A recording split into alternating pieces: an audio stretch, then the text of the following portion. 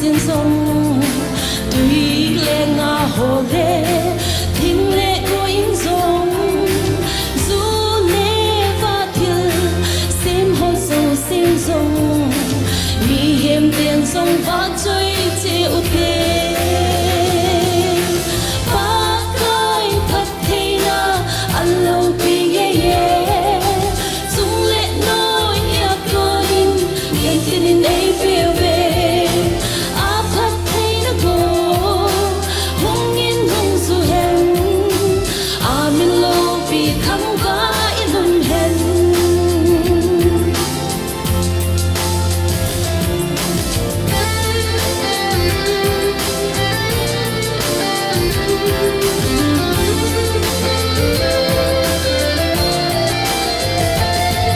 và để ít dần là hồ lên ta lên đây biểu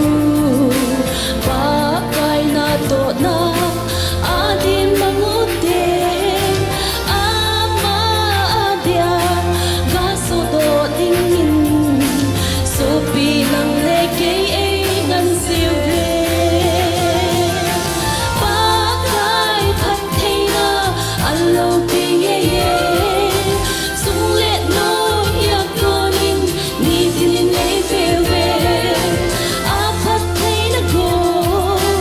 hong in hong su hen amin lo pi thăng ga in hong hen ba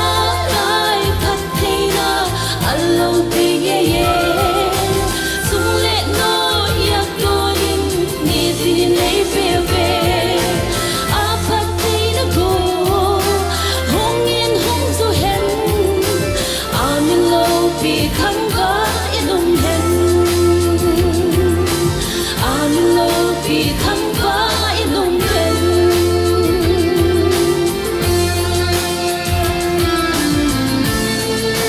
cái bài ấy bắt đầu họ dấu ra cái phát thế bộ bị đau